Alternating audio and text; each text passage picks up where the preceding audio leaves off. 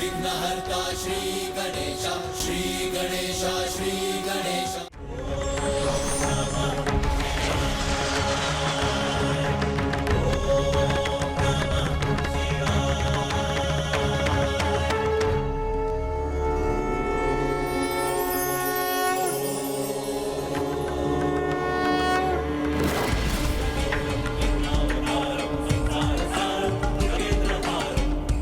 प्रणाम ब्राह्मण देवता। कल्याण कल्याण कल्याण। बताइए हम आपकी किस प्रकार से सहायता कर सकती हैं?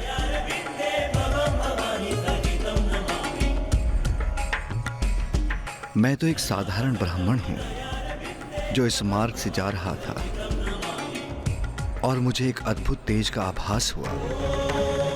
ऐसा तेज जो एक कठोर तपस्या के बाद ही उत्पन्न हो सकता है। उत्सुकतावश मैं इस ओर खींचा चलाया। आपका अनुमान सर्वथा उचित है ब्राह्मण देवता। महाराज हिमावन की पुत्री देवी पार्वती यहाँ अपना तप कर रही हैं।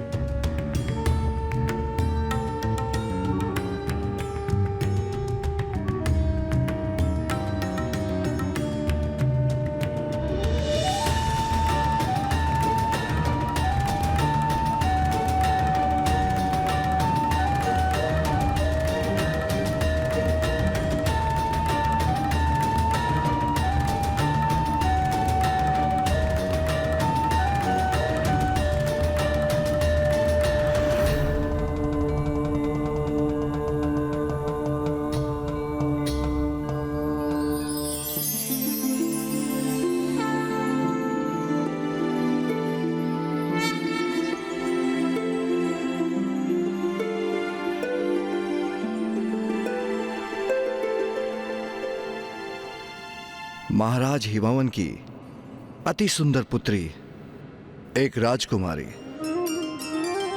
इतनी युवावस्था में इस वन में कठोर तपस्या कर रही है। भला क्यों? आपके पिताश्री तो अत्यंत संपन्न हैं, धनवान हैं, हिमालय पर्वत के राजा हैं। आपकी सभी इच्छाओं को क्षण भर में पूर्ण कर सकते हैं।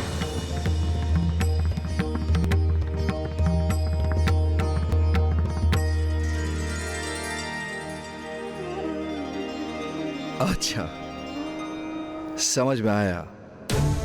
अवश्य किसी ढोंगी साधु के शब्दों से प्रभावित हैं आप। उसने आपको तपस्या करने का सुझाव दिया। क्यों? उचित कहा ना मैंने? नहीं ब्राह्मण देवता, ऐसा कदापि नहीं है। सखी पार्वती तो महादेव को प्रसन्न करने हेतु तपस्या कर रही है, जिससे महादेव उन्हें विवाह के लिए स्वीकार कर सके। क्या क्या कहा आपने? महादेव? जिस महादेव को प्राप्त करने हेतु आप इतना कठोर तप कर रही हैं, उस अघोरी से भली भांति परिचित हूं मैं। आपका शुभ चिंतक हूं मैं राजकुमारी। कदाचित स्वयं ईश्वर ने मुझे इस मार्ग पर भेज दिया, जिससे आपके समान निष्कपट भोली राजकुमारी को सावधान करा सकूं। उन महादेव से विवाह करना चाहती हैं आप, जिन्हें विवाह का अर्थ भी ज्ञात नहीं। आपका जन्म संभ्रांत वंश में हुआ। आपके पिता महाराज, आपकी माता महारानी है, किंतु महादेव का जन्म कब, कहां, कैसे हुआ, ये तो आज तक कहीं प्रकट ही नहीं हुआ। एक भिक्षु मात्र है वो स्वयं भोजन नहीं करते, तो अन्य किसी को क्या भोजन देंगे? उनके द्वारा एकत्र की भिक्षा उस कपाल में जो अपने साथ लिए फिरते हैं। अरे आप ठहरी राजकुमारी, आभूषण आपका 16 श्रृंगार है, किंतु वो आभूषण के नाम पे आपको क्या दे सकते हैं?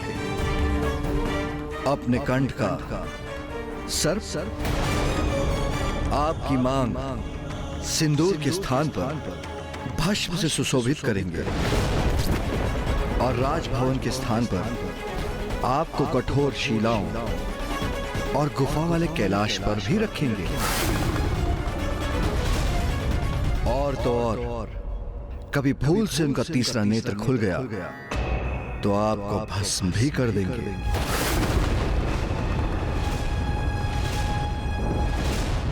उस अघोरी से आपके इस तथाकथित विवाह के उपरांत क्या वो आपके साथ कैलाश में भी रहेंगे अथवा आपको ही उनके साथ शमशानवासी बनना होगा?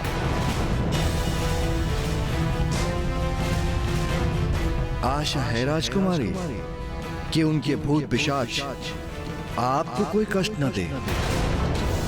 और सुना तो ये भी है कि वो सदाई खोए रहते हैं, वर्षों तक ध्यान में लीन रहते हैं। और आप तो अभी से मृत पशु के चर्म को अपने शरीर पर धारण करने का अभ्यास कीजिए। और धारण ना भी करें तो उनकी दुर्गंध सहने के लिए तैयार हो जाइए, क्योंकि आपके वो शिव उसे धारण करना नहीं छोड़ेंगे। मैं तो ये समझने में असमर्थ हूं कि आप क्या समझकर महादेव से विवाह कर रही हैं। इतनी सुंदर राजकुमारी हैं आप, महादेव के नाम का जाप कर इतनी कठोर तपस्या कर किस अवस्था में पहुंच गई हैं आप? जिन महादेव के विवाह के पूर्व ही आपकी ये दशा कर दी, वो विवाह के उपरांत आपको क्या सुख देंगे? आपको क्या सुख देंगे? आपको क्या सुख देंगे? महादेव माता पार्वती को उकसा रहे थे और माता पार्वती प्रतिपल और क्रोधित होती जा रही थी। और दूसरी ओर ब्रह्मदेव तारकासुर के राजभवन पहुंचकर नारायण की योजना को क्रियान्वित करने जा रहे थे। एक बार पुनः मेरे असुरों ने निराश किया मुझे और उस देवी ने एक संपूर्ण सेना को नष्ट कर दिया। मेरे सबसे शक्तिशाली महाअसुर अभुआ का वध कर दिया उस देवी ने। तुम्हारी समस्त शंकाएं एक एक कर सत्य हो रही हैं तारकासुर। कौन है? कौन है? कौन है जो मेरे विचारों को पढ़ रहा है?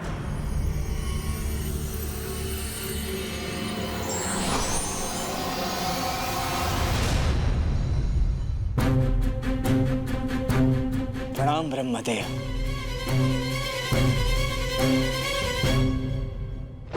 तुम्हारी चिंता भली भांति ज्ञात है मुझे। तुम मुझसे कुछ भी नहीं छिपा सकते हो तारकासुर। क्या सोचा था तुमने? तुम मुझसे ऐसी अवस्था में मृत्यु का वरदान मांगोगे जो सर्वथा असंभव प्रतीत होगा और तुम अमर हो जाओगे। क्यों? सत्य कह रहा हूं ना मैं?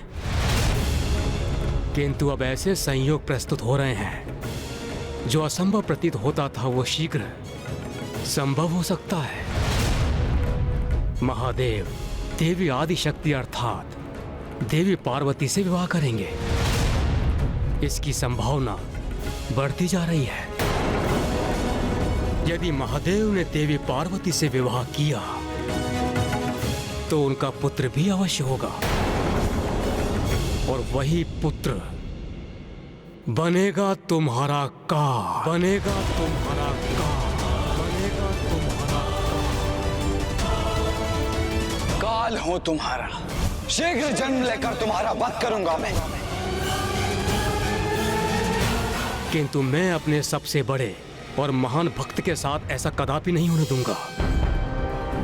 इसलिए इस बार मैंने हस्तक्षेप करने का निर्णय लिया है। एक और ब्रह्मदेव जहां तारकासुर को अपनी योजना में उलझा रहे थे, वहीं महादेव द्वारा ली जाने वाली परीक्षा माता के लिए और कठोर होती जा रही थी। देखिए राजकुमारी, प्रतीत होता है आप एक कल्पना की उड़ान से रचित संसार में जी रही हैं। महादेव की वास्तविकता से पूर्णतः अनभिज्ञ हैं। अपने सुंदर नेत्र खोलिए और सत्य देखिए राजकुमारी। महादेव की विवाह के उपरांत आपको कष्ट ही कष्ट सहने होंगे। राजभवन में रहती हैं आप, और महादेव से विवाह के उपरांत आपको शिलाओं पर रहना होगा।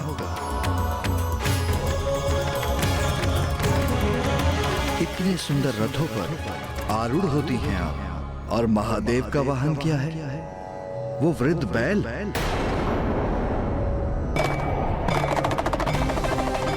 आपका और उनका कोई मेल नहीं।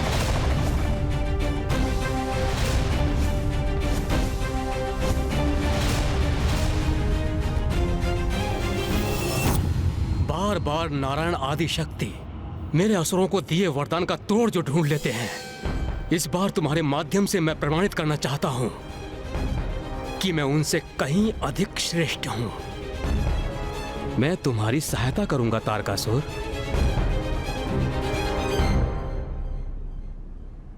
स्मरण रहे तारकासुर, आदि शक्ति हैं वो, कोई साधारण देवी नहीं जिनसे तुम सरलता से निपट लोगे। क्या करूं मैं? आप ही मुझे बताइए। स्वयं को सुदृढ़ और सशक्त करो वत्स। अर्थात एक ऐसी माया नगरी का निर्माण करो जो तुम्हारा स्वयं का स्थान हो, जो तुम्हारा नगर और राजभवन हो। जब महादेव का पुत्र उत्पन्न होगा, इसके उपरांत वो इस नगर में प्रवेश करने का प्रयास करे तो ये पूरा नगर जाल बनकर अपने में फंसा ले। इस तरह महादेव के पुत्र का अंत हो। किंतु प्रभु, मुझे माया नगरी का कोई ज्ञान नहीं। उसकी चिंता मत करो पुत्र, वो विद्या मैं तुम्हें प्रदान करूंगा।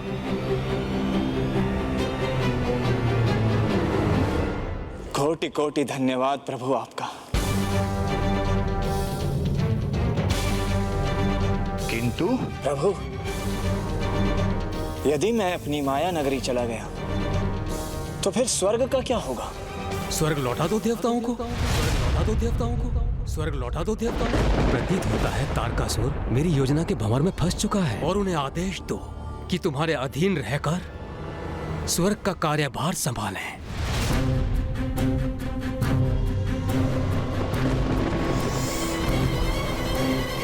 तो उस अवस्था में मुझे ये वरदान दीजिए प्रभु कि मैं अपनी कल्पना से बढ़कर उस नगर का निर्माण कर सकूं जहां मेरा ही विधान स्थापित हो, और जब तक मैं वहां स्थित रहूं संपूर्ण त्रिलोक मेरे अधीन रहे।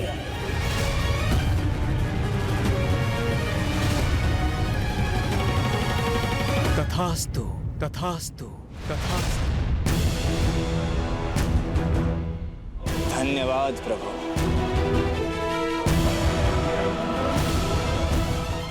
तारकासुर ने अब तक जो आतंक उत्पन्न किया था वो पर्याप्त नहीं था, जो ब्रह्मदेव ने उसे एक और वरदान प्रदान कर दिया। महाराज, इस वरदान के पीछे ब्रह्मदेव और नारायण की एक द्विपक्षीय रणनीति थी। प्रथम कि देवता स्वर्ग पर अपना अधिकार पुनः स्थापित कर सके, और द्वितीय कि तारकासुर अपने नगर के निर्माण में व्यस्त हो जाए, उसका मन भटका रहे, जिससे देवताओं को कुछ और अवकाश प्राप्त हो, जिस अवधि में महादेव और माता पार्वती का विवाह भी संपन्न हो जाए। किंतु विवाह के लिए तो सर्वप्रथम माता पार्वती को महादेव की परीक्षा में सफल होना होगा ना? हाँ माता, आप सर्वथा उचित कह रही हैं।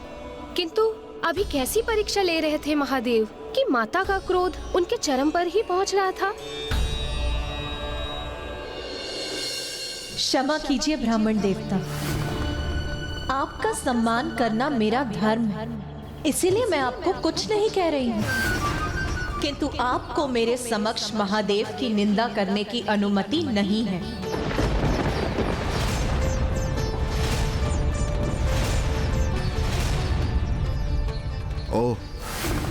समझा, महादेव ही आपके क्रोध का कारण है। किंतु ये तो होना ही था, क्योंकि क्या कल्पना की थी और क्या सत्य प्रस्तुत हुआ। इतनी कठोर तपस्या व्यर्थ हो गई आपकी। किंतु आप चिंता मत करें राजकुमारी, अच्छे मन से किया गया कर्म कभी व्यर्थ नहीं जाता। महादेव नहीं तो मैं आपके समक्ष।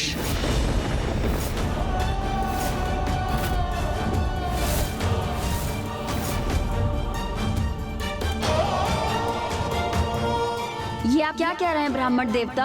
आपका कथन सर्वथा अनुचित है। अनुचित क्यों? मैं तो सर्वथा उचित कह रहा हूं। मैं ब्राह्मण अवश्य हूं, किंतु राजकुमारी को उत्तम भोजन दे सकता हूं, और मैं राजकुमारी को उत्तम भवन का निवास भी दे सकता हूं, और आभूषण भी प्रस्तुत कर सकता हूं, और समाज में प्रतिष्ठा भी प्रदान करा सकता हूं।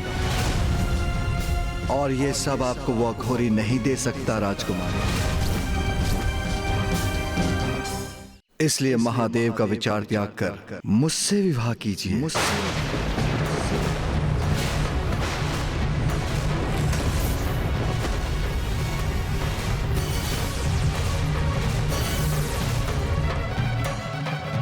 ब्राह्मण देवता,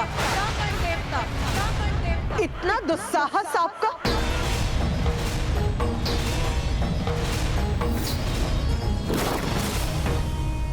क्रोध त्यागिए सुंदरी, और स्वीकार कीजिए मुझसे मेरे विवाह का प्रस्ताव। मुझसे भेंट होना तो सौभाग्य था आपका, अन्यथा महादेव से विवाह करके अनेकों कष्ट सहने पड़ते आपको।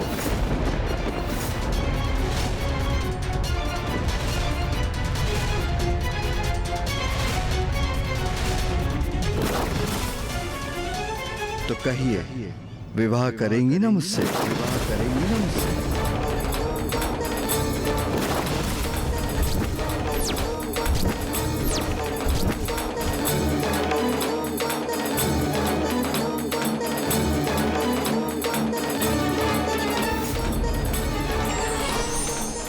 महादेव, इन ब्राह्मण देवता को शांत कराइए स्वामी।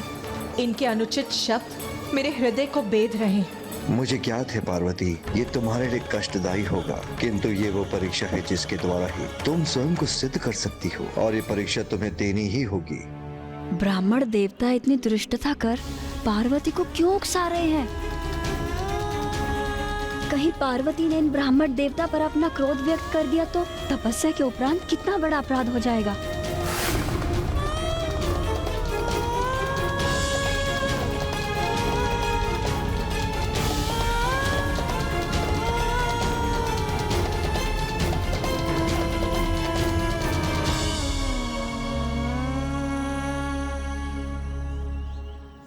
मुख फेरने से क्या होगा राजकुमारी, मैं अपना उत्तर प्राप्त कर कर ही रहूंगा। महाज्ञानी ब्राह्मण हूं मैं। मेरी पत्नी बनकर मेरी सेवा करेंगी तो उद्धार हो जाएगा आपका। पार्वती अपने क्रोध पर नियंत्रण कर रही हैं और ये ब्राह्मण देवता अपने शब्दों से उनकी क्रोध अग्नि में घृत डालने का कार्य कर रहे हैं। ओह, समझा, आप मुझसे अपना मनोहार करवाना चाहती हैं। उचित है, मैं वो भी करूंगा, किंतु आपकी ना कदापि स्वीकार नहीं करूंगा।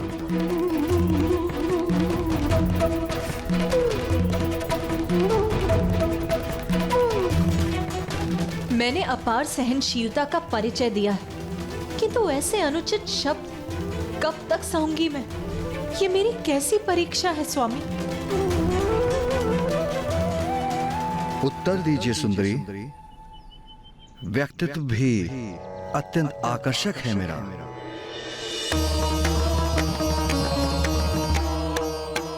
उन अघोर अघोरी महादेव और आपकी जोड़ी की तुलना में तो हम दोनों अनेकों गुण सुंदर दंपति होंगे। बस बस बस।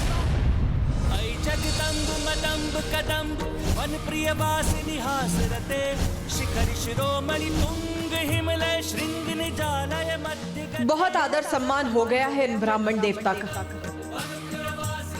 किंतु अब एक क्षण भी यहाँ रुककर इनका अनर्गल प्रलाप और नहीं सहूंगी मैं। जो मेरे स्वामी महादेव की निंदा करेगा वो तो महापाप का भागी होगा ही, किंतु जो उनकी निंदा का श्रवण करेगा वो भी तो पाप ही करेगा। चलो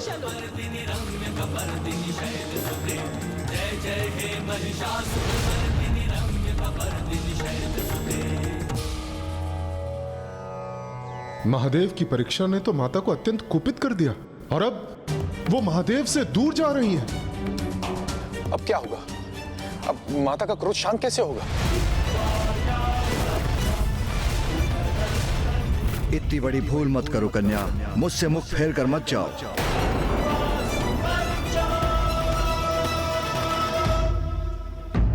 इतनी बड़ी भूल मत करो कन्या, मुझसे मुख फेर कर मत जाओ। तुम दोनों तो उनकी सखियां हो, तो समझाओ अपनी स्वामिनी को। महादेव उनके योग्य नहीं। महादेव उनके योग्य नहीं।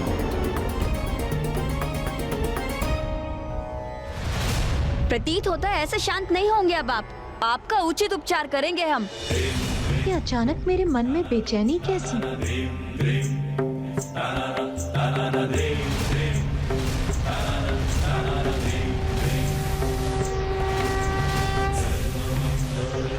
कुछ अनुचित होने का आभास क्यों हो रहा है मुझे?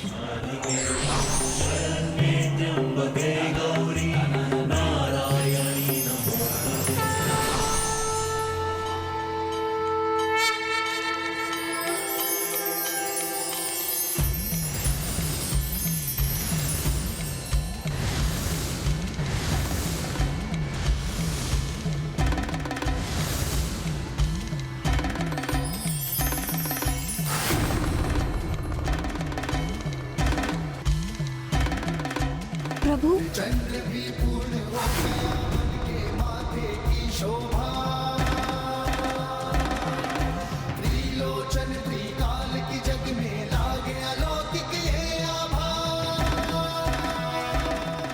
किसी दिव्य शक्ति का आभास क्यों हो रहा है मुझे, जिसने मेरे बढ़ते हुए पग को मत कर दिया है।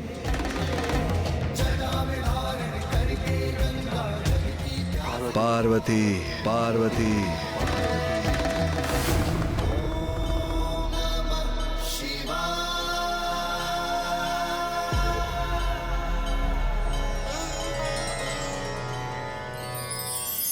पार्वती, पुनः मुझे स्वयं से वंचित कर रही हो।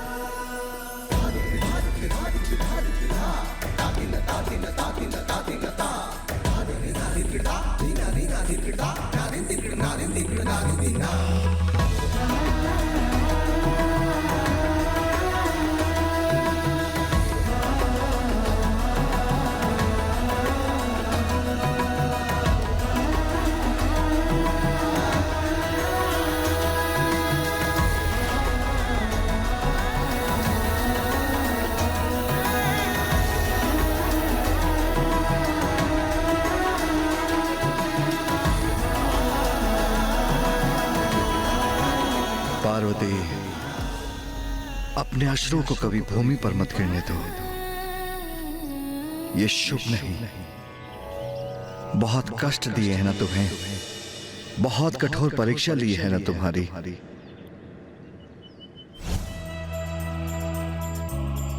प्रिय, अपने अश्रुओं को कभी भी भूमि पर मत गिरने दे, ये शुभ नहीं। स्वामी, आपको पाने के लिए तो मैं अनेकों बार ऐसी परीक्षा और तपस्या का सामना करने के लिए प्रस्तुत हूं।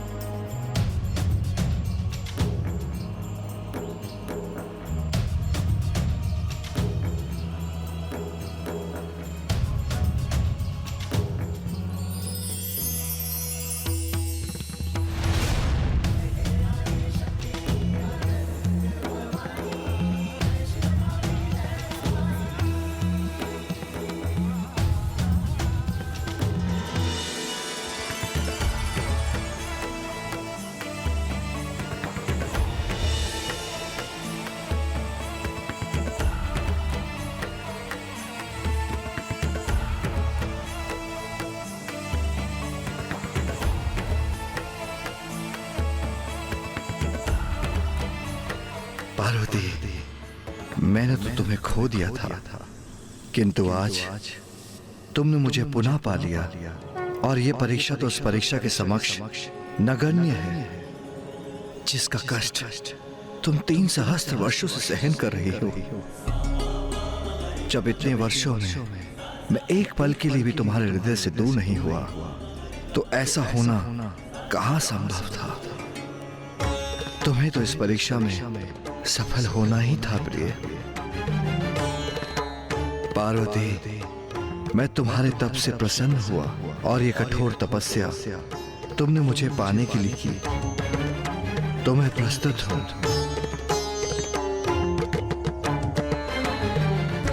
तो आओ, अब हम अपना विवाह संपन्न कर लें।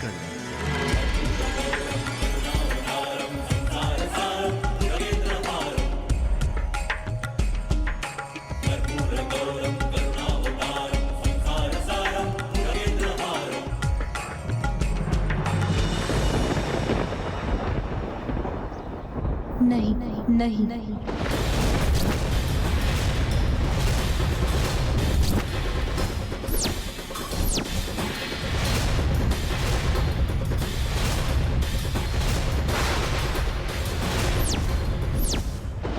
माता पार्वती ने महादेव का प्रस्ताव अस्वीकार कर दिया, किंतु क्यों?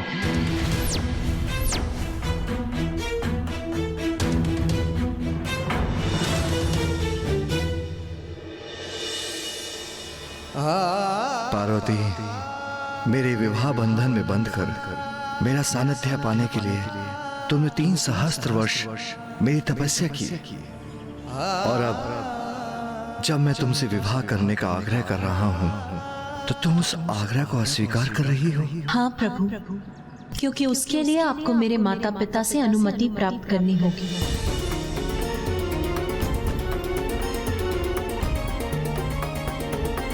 तुम आदि शक्ति हो, स्वयं प्रकृति हो। मैं निर्गुण हूं, निराकार हूं। अपने भक्तों की भलाई के लिए हम आकार धारण करते हैं, जिससे शक्ति और शिव का संयोग बना रहे। तो फिर इस दिव्य घटना हेतु मुझे किसी की अनुमति की भला क्या आवश्यकता? प्रभु, सत्य है, आप परब्रह्म परमेश्वर हैं और मैं स्वयं प्रकृति हूँ, किंतु इस जन्म में मैं शैलपुत्री हूँ। इसीलिए अभी भी अपने माता पिता के बंधन से बंधी हूँ। मैं ब्रह्मचारिणी हूँ, अर्थात विवाह के पूर्व मैं अपने पिता की पुत्री हूँ। इसीलिए अपने माता पिता के सम्मान का ध्यान रखना मेरा धर्म है प्रभु।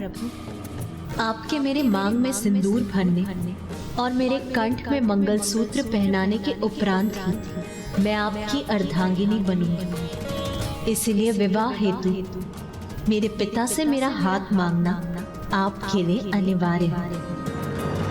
उनकी अनुमति के बिना मैं आपसे विवाह करने में असमर्थ हूँ।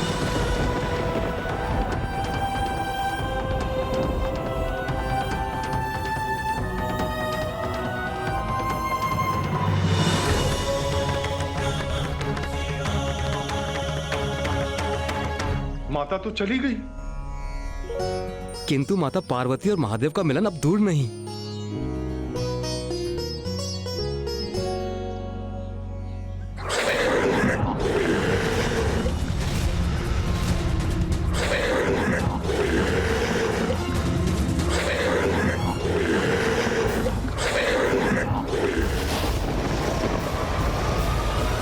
कौन हो तुम? भट्टासुर, संदेश वाहक हूं तारकासुर का, और आप सभी को इसे क्षण स्वर्ग में पहुंचने का आदेश दिया जाता है। इंद्रदेव, यह अवश्य उस तारकासुर की कोई चाल है। तुम्हारे महाराज तारकासुर ने स्वर्ग पर अनुचित अधिकार अवश्य स्थापित किया है, किंतु स्मरण रहे, वो हमारा राजा नहीं है। जाओ, जाकर कह दो उससे, हम कदापि नहीं आएंगे। महाराज का निमंत्रण तो अस्वीकार कर सकते हैं आप, किंतु ब्रह्मदेव का आमंत्रण भी ठुकराएंगे आप देवराज? ब्रह्मदेव स्वर्ग में महाराज तारकासुर का मार्गदर्शन कर रहे हैं, और उनका आदेश है कि आप सभी देवता इसे क्षण स्वर्ग में प्रस्तुत हों। ये मेरा महाराज तारकासुर का निर्णय है कि तुम देवताओं को पुनः स्वर्ग में निवास करने की अनुमति देता हूं।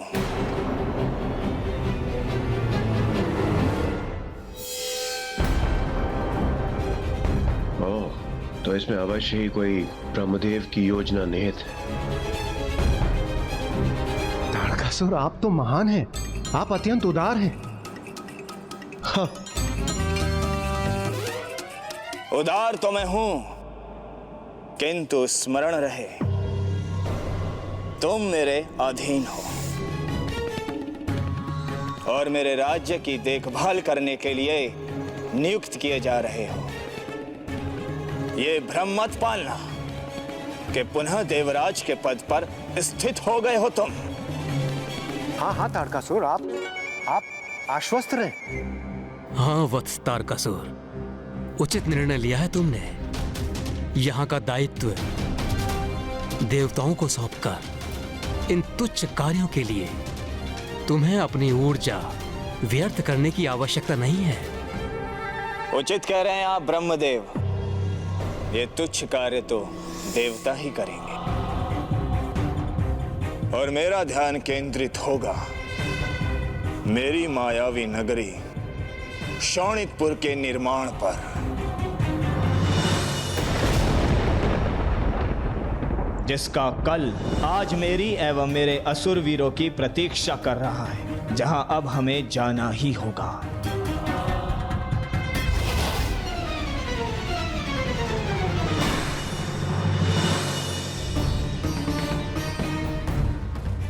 ब्रह्मदेव, आपको कोटि कोटि धन्यवाद।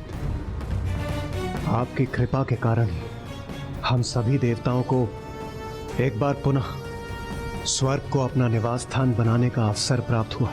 देवराज, ये संकट अभी टला नहीं है, ये तो अस्थायी समाधान है। शोणितपुर की कल्पना से तारकासुर के मन में एक भटकाव उत्पन्न हुआ है।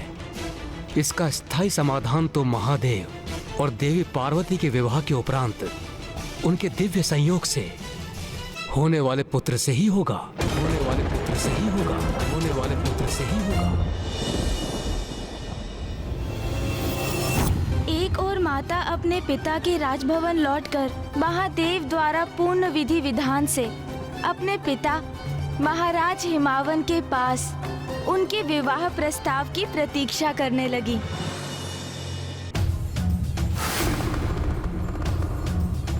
और दूसरी ओर वहां कैलाश में समस्त देवता बड़े ही सहज भाव से महादेव के पास ये विनम्र निवेदन लेकर पहुंचे कि वो महाराज हिमावन के पास माता पार्वती से अपने विवाह का प्रस्ताव भेजे। महादेव, कृपा कर और विलंब मत कीजिए। हाँ महादेव, देवी पार्वती अपने पिता के वहाँ लौटकर प्रतिदिन प्रतिपल इसी प्रतीक्षा में होंगी कि आप कब उन्हें वहाँ लेने के लिए पहुँचेंगे। आप महादेव हैं, आप तो सभी विधि विधान से ऊपर हैं, किंतु देवी पार्वती को तो उनका पालन करना होगा। आपके विवाह के पूर्व उन्हें कुछ नियम निभाने होंगे। आपको विवाह हेतु उनके माता पिता से देवी पार्वती का हाथ मांगना ही होगा। शिव और शक्ति के संयोग में अब विलंब नहीं होना चाहिए, किंतु मैं स्वयं जाऊं, उनके पिता से उनका हाथ मांगू? कदापि नहीं। महादेव, देवी पार्वती का प्रस्ताव लेकर मैं और नारायण आपके पास आए थे। इसी तरह आपकी ओर से भी किसी को प्रस्ताव लेकर उनके माता पिता के समक्ष प्रस्तुत होना होगा। माता लक्ष्मी के सुझाव अनुसार महादेव की ओर से उनके विवाह का प्रस्ताव लेकर सप्त ऋषि वशिष्ठ और उनकी पत्नी देवी अरुंधति वहां पहुंच गए। शैलराज, हम आपकी कन्या देवी पार्वती के लिए एक अत्यंत शुभ प्रस्ताव लेकर उपस्थित हुए हैं।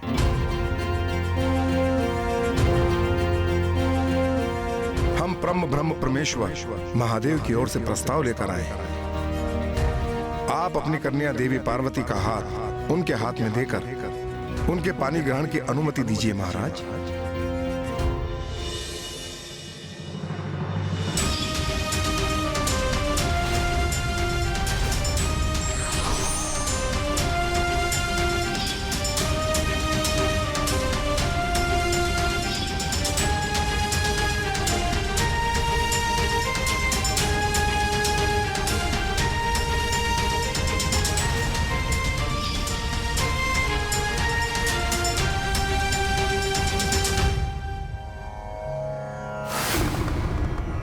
सप्तऋषि अभी तक लौटे नहीं, उन्हें आने में इतना विलंब क्यों हो रहा है? नारायण, मेरे विवाह का प्रस्ताव आपको लेकर जाना चाहिए था, क्योंकि आपके शब्दों का सम्मोहन सभी को अपने वश में कर लेता है। आप पार्वती के माता पिता से मिलते तो सहज ही विवाह का प्रस्ताव मान लेते। क्षमा कीजिएगा महादेव, देवी पार्वती मेरी बहन है। उनके विवाह का प्रस्ताव लेकर आपके पास आना मेरा कर्तव्य था, किंतु आपके विवाह का प्रस्ताव लेकर उनके पास जाना मेरे लिए उचित नहीं होगा, क्योंकि मैं तो वधू पक्ष से हूं ना। किंतु आप चिंता क्यों कर रहे हैं महादेव? कहीं आपको यह संशय तो नहीं हो रहा कि आपके भावी ससुराल पक्ष वाले आपका प्रस्ताव अस्वीकार तो नहीं कर देंगे? महादेव,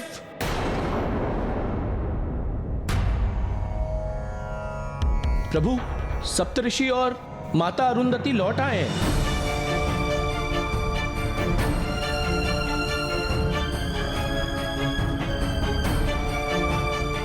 ऋषि वशिष्ठ, सब कुशल मंगल हो गया ना? आप सब लोग शांत क्यों हैं? क्या हुआ? कहीं महादेव और देवी पार्वती के विवाह में कोई अवरोध तो उत्पन्न नहीं हुआ ना?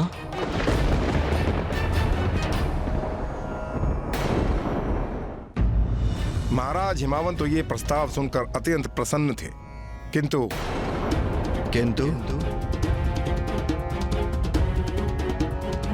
किंतु माता मैना प्रसन्न नहीं थी। ऋषि वशिष्ठ, मैं अभी आई ऋषिवर।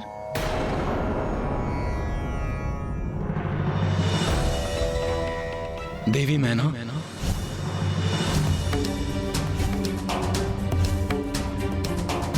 तो क्या देवी मैना ने इस विवाह प्रस्ताव को अस्वीकार कर दिया?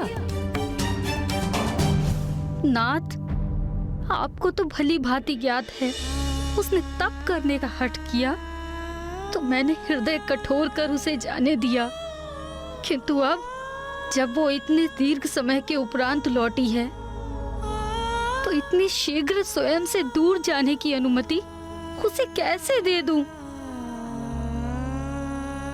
देवी मैना, हमारी पुत्री पार्वती ने इतना कठोर तप किया है और अब उसका उचित परिणाम हमारे समक्ष है और उसे हमें स्वीकार करना ही होगा। पुत्री मैना, महाराज हिमावन,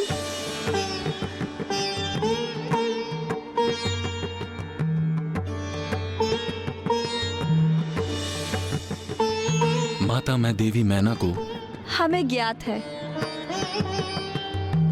अपनी पुत्री के विवाह के विचार से आप दोनों भावुक हैं,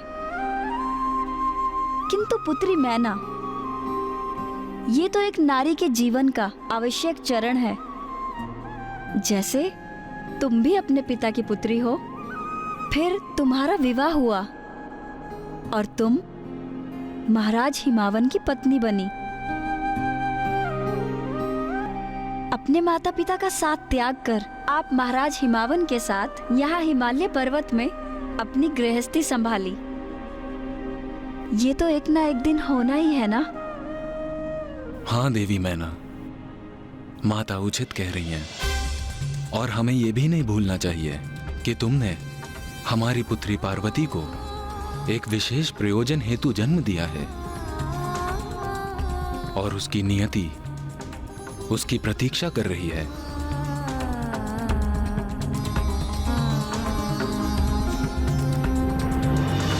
आप निश्चिंत रहे महादेव, मैंने उन्हें मना ही लिया।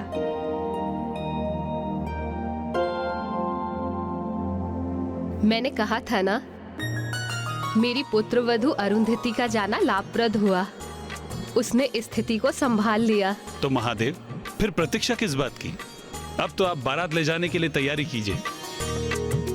महादेव, अब विलंब अनुचित है। महाराज हिमावन और माता मैना कन्यादान करने के लिए आतुर हैं। मेरे प्रभु का विवाह होने वाला है। हर हर महादेव।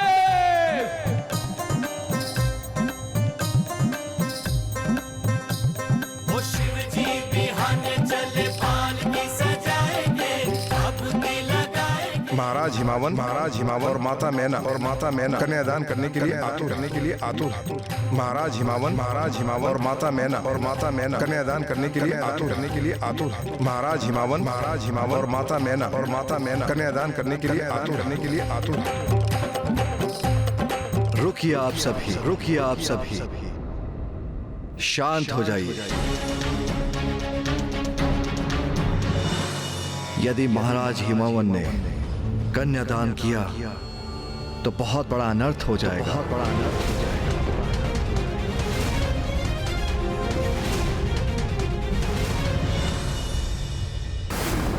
मेरे प्रभु का विवाह होने वाला है।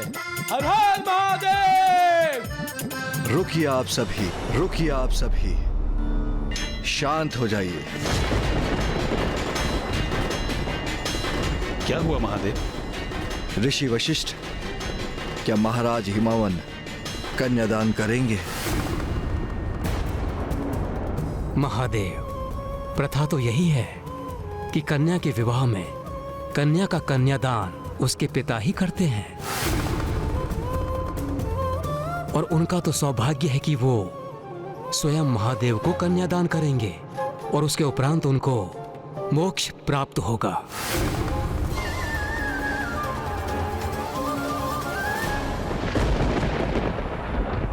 किंतु मैं कुछ भी समझने में असमर्थ हूं। क्या हुआ? आप सभी की चिंता का कारण क्या है? महाराज हिमावन और देवी मैना ने यदि महादेव को कन्यादान किया तो उसके पुण्य के प्रताप से उन्हें उसी पल मोक्ष प्राप्त हो जाएगा, और यदि ऐसा हुआ तो संसार से हिमालय अदृश्य हो जाएगा, और हिमालय तो संसार की तपोस्थली है। यदि वो अदृश्य हो गया तो सब ऋषि मुनि कहां तप करेंगे?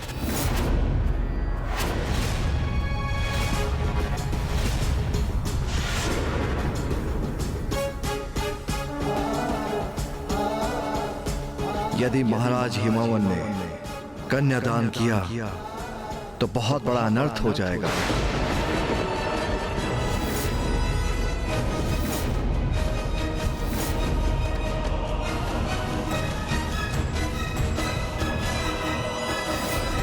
ये एक अत्यंत विचित्र और विकट परिस्थिति उत्पन्न हो गई।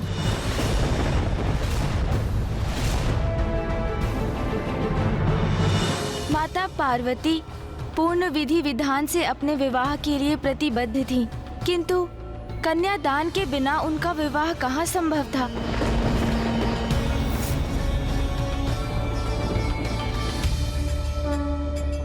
ये कैसे असमंजस की स्थिति उत्पन्न हो गई थी ब्राह्मण देवता? अब तो सब कुशल होना चाहिए था ना? इतनी कठोर तपस्या की थी माता ने, जब उसका सुफल प्राप्त करने का समय आया तो उनके मनोरथ में एक और विघ्न आ गया। तो क्या इस उलझन को सुलझाने का कोई उपाय नहीं था?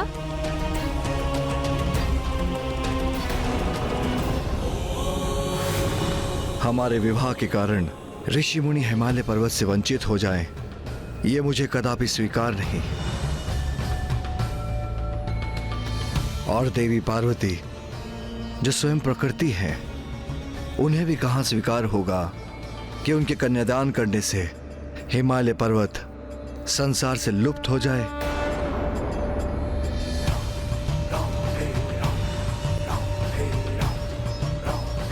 महादेव, कन्यादान विवाह के विधि का मुख्य भाग है, जो कन्या के लिए अपने पिता का आशीर्वाद तो है ही, किंतु उसके अपने जीवन में एक महत्वपूर्ण परिवर्तन का सूचक भी, क्योंकि कन्यादान से कन्या पुत्री की भूमिका के साथ अर्धांगिनी की भूमिका को भी अपनाती है। हमारे समक्ष एक विकट दुविधा है, किंतु महाराज हिमावन के द्वारा कन्यादान करने से अनर्थ हो जाएगा।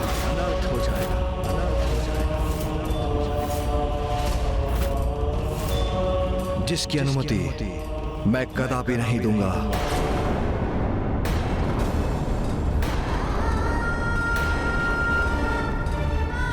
ऋषिवर, इस समस्या का फिर क्या समाधान हो सकता है?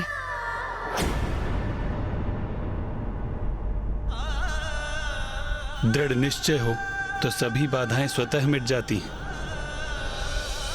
दुविधाओं का अंत होता है और उद्देश्य प्राप्ति का मार्ग प्रशस्त हो जाता है।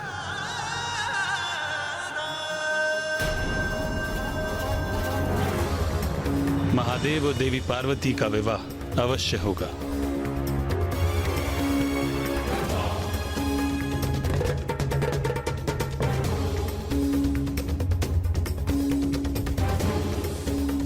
नारायण, किंतु कन्यादान? आप वर हैं महादेव, आप चिंता मत कीजिए और आप सभी बारात की तैयारियां कीजिए। शेष आप मुझ पे छोड़ दीजिए। मुझे ज्ञात है कि इस समस्या के निदान के लिए कौन उपयुक्त है। नारायण नारायण।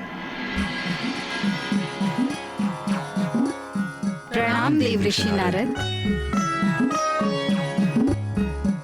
पधारिए देव ऋषि नारद, आसन ग्रहण कीजिए।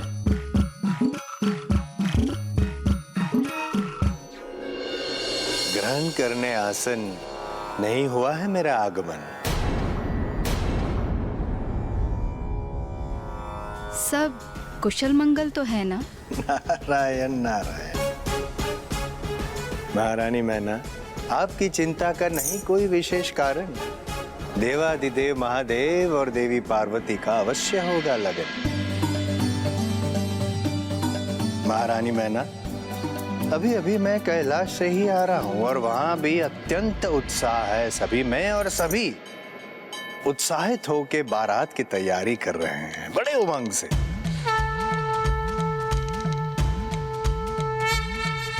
तो सप्त ऋषि और समस्त देवगण हैं वहां महादेव के साथ। तो मैंने भी निर्णय लिया कि मैं यहाँ कन्या पक्ष की ओर से बारात का स्वागत करूंगा और आप दोनों की सहायता करूंगा।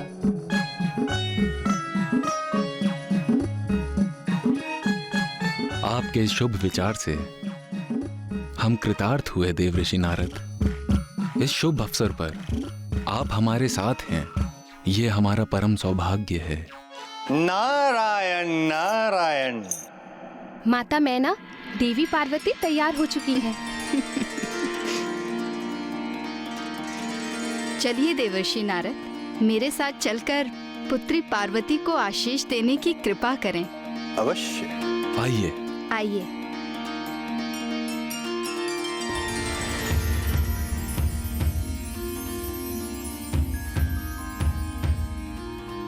पुत्री पार्वती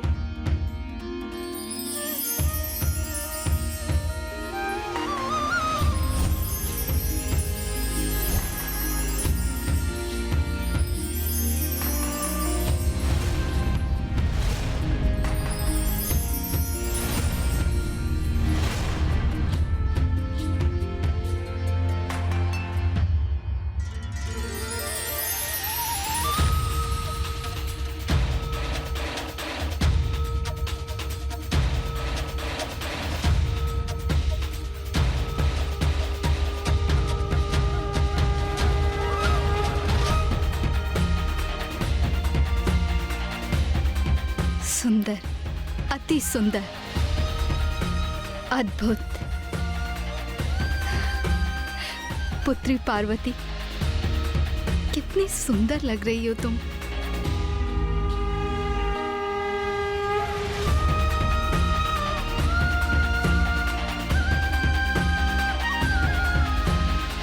पुत्री पार्वती, देवर्षि नारद कैलाश से यहाँ तुम्हें आशीष देने आए हैं। कैलाश से?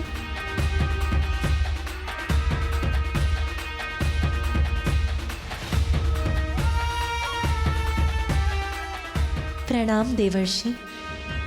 स्वयं माँ आदि शक्ति ने पुत्री के रूप में जन्म लिया है आपके घर। प्रणाम माता आदि शक्ति। प्रणाम। आपका कल्याण हो देवी पार्वती। नारायण नारायण, भूल गया। आपके लिए एक विशेष भेंट लाया हूं मैं कैलाश से। भेंट? कैलाश से?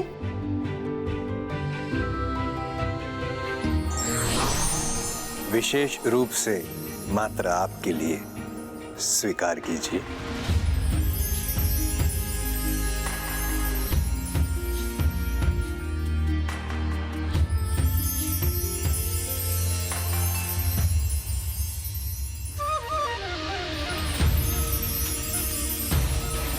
कितना सुंदर प्रतीक भेजा है मेरे जमाता ने पुत्री पार्वती के लिए। अपनी पुत्री के प्रति इतने अपार स्नेह का प्रतीक देखकर मेरा हृदय गदगद हो रहा है। अवश्य ही जमाता पुत्री पार्वती को सदैव सुखी रखेंगे, उपहारों की वर्षा कर देंगे उस पर।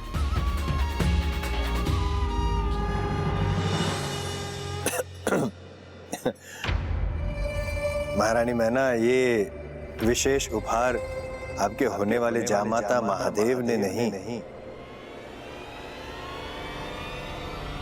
माँ लक्ष्मी और नारायण ने भेजा है।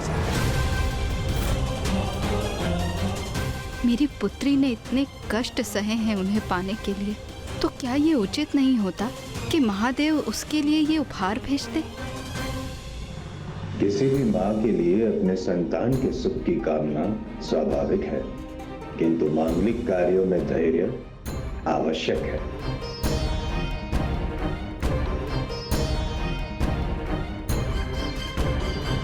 किंतु देव ऋषि योजना के अनुसार वहां पहुंचे थे ना ब्राह्मण देवता, फिर उसमें कुछ अनुचित कैसे हो सकता था?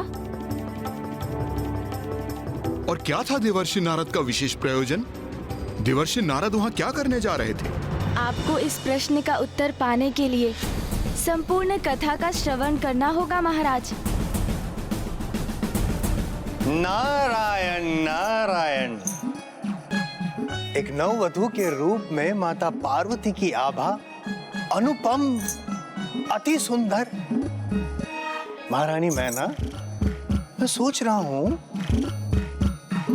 जब महादेव और माता पार्वती दोनों एक साथ मंडप में होंगे तो आहा नारायण नारायण, कितना दिव्य मनोहरी दृश्य होगा वो। देवऋषि नारद, आपका क्या अनुमान है? क्या महादेव और पुत्री पार्वती की जोड़ी सुंदर होगी? अवश्य, निसंदेह। किंतु महारानी मैना, आप क्यों कर रही है मुझसे ये प्रश्न? क्या महादेव के आपको नहीं हुए हैं दर्शन? नहीं देव ऋषि, किंतु आपको तो उनके शुभ दर्शन प्राप्त करने का असीम सुख प्राप्त है। कैसा रूप है उनका, कैसा व्यक्तित्व है, कैसे दिखाई देते हैं वो, कैसे दिखाई देते हैं वो।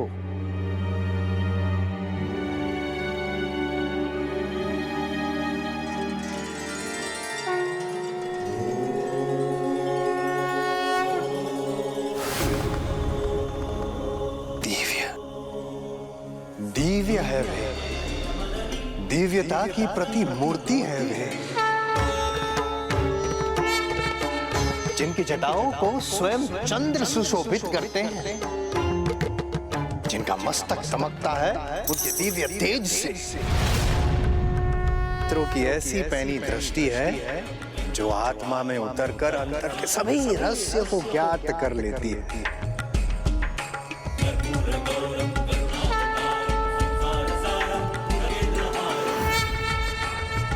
शब्दों से परे हैं, शब्दों से परे हैं जिनके रूप का वर्णन ऐसे दिव्य सुंदरता के स्वामी हैं महादेव। महादेव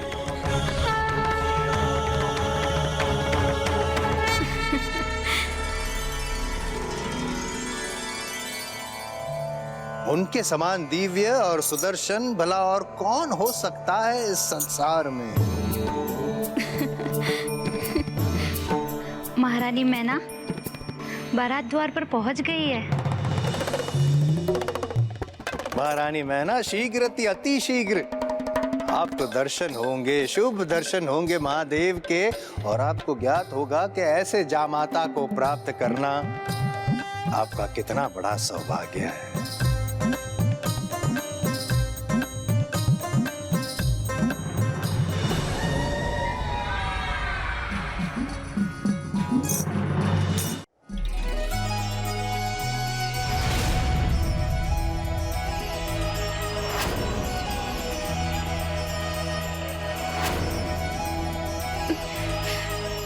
सखी पार्वती, बारात आ गई है। पल पल बढ़ता पगी उमा का, शिव से करने चली मिलाप, अनुपम ये संयोग अनोखा, होगा वे ये पुनर्मिलाप। व्याकुल ये हृदय और नैना, पार्वती शिव मिलेंगे आज। कितनी सुंदर और भव्य बारात है। इस बारात के दर्शन यहीं से कर लेते हैं। पार्वती शिव मिलेंगे आज, पार्वती शिव मिलेंगे आज।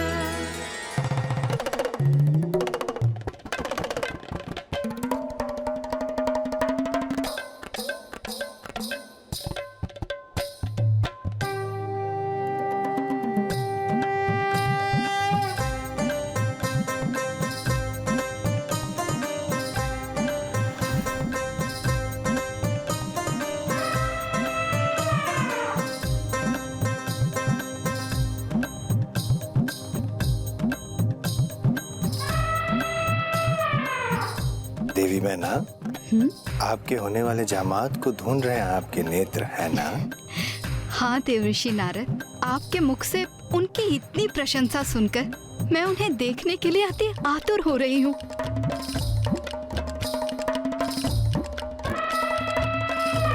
बताइए ना देवऋषि, इस समूह में कहाँ हैं वे?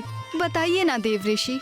मेरे मुख से इतनी प्रशंसा सुनी है आपने आपके होने वाले जामाता की, तत्पश्चात भी आप मुझे पूछ रही हैं?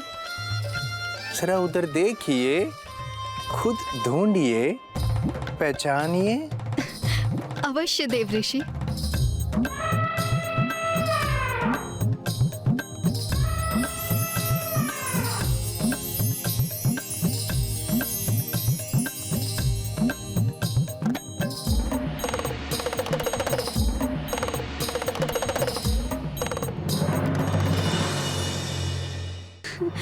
मैंने पहचान लिया देवऋषि उन्हें।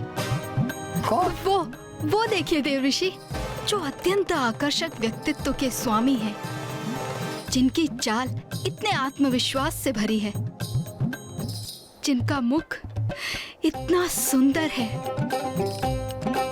अवश्य वही महादेव होंगे, है ना?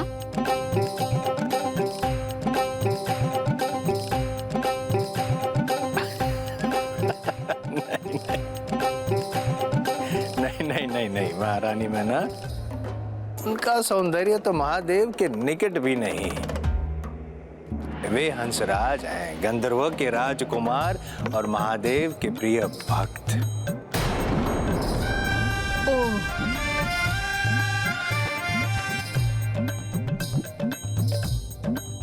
जिनके भक्त इतने सुंदर हों, वे स्वयं कितने दिव्य और मनोहर होंगे।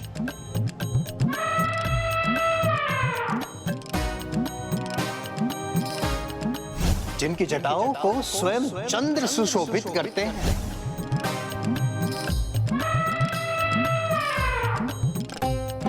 अच्छा, तो ये जो अब मेरी दृष्टि में है, जिनका राजमुकुट चंद्रमा के समान उनके मस्तक पर दमक रहा है, अवश्य यही महादेव होंगे।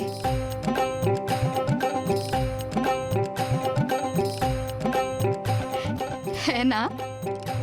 नहीं, जिनका मुखमंडल उनके शीतल प्रकाश से दमक रहा है, वो महादेव नहीं है, स्वयं चंद्रदेव है।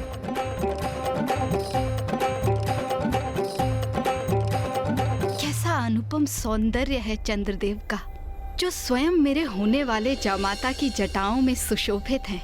तब तो महादेव अवश्य ही और भी सुंदर होंगे।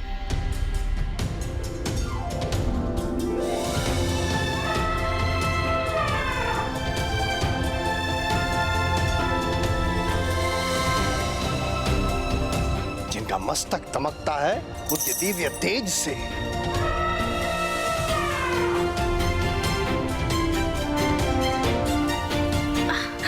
तो क्या वो महादेव है जिनका अपार तेज सबसे अधिक मुखरित है?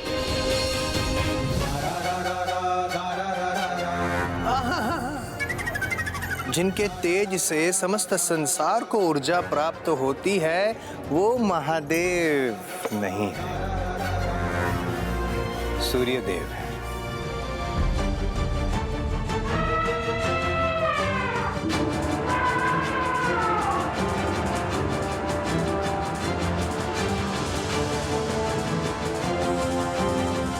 अच्छा, तो अवश्य यही, जिनके व्यक्तित्व से ऐसा अनूठा आत्मविश्वास झलक रहा हो, अवश्य यही महादेव हो सकते हैं।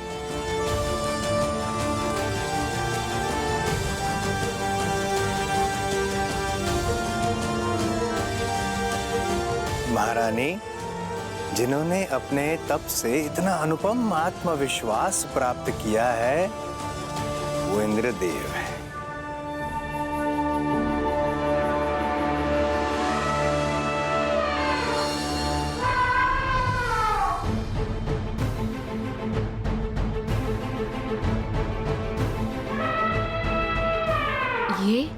ये मैं क्या देख रही हूँ?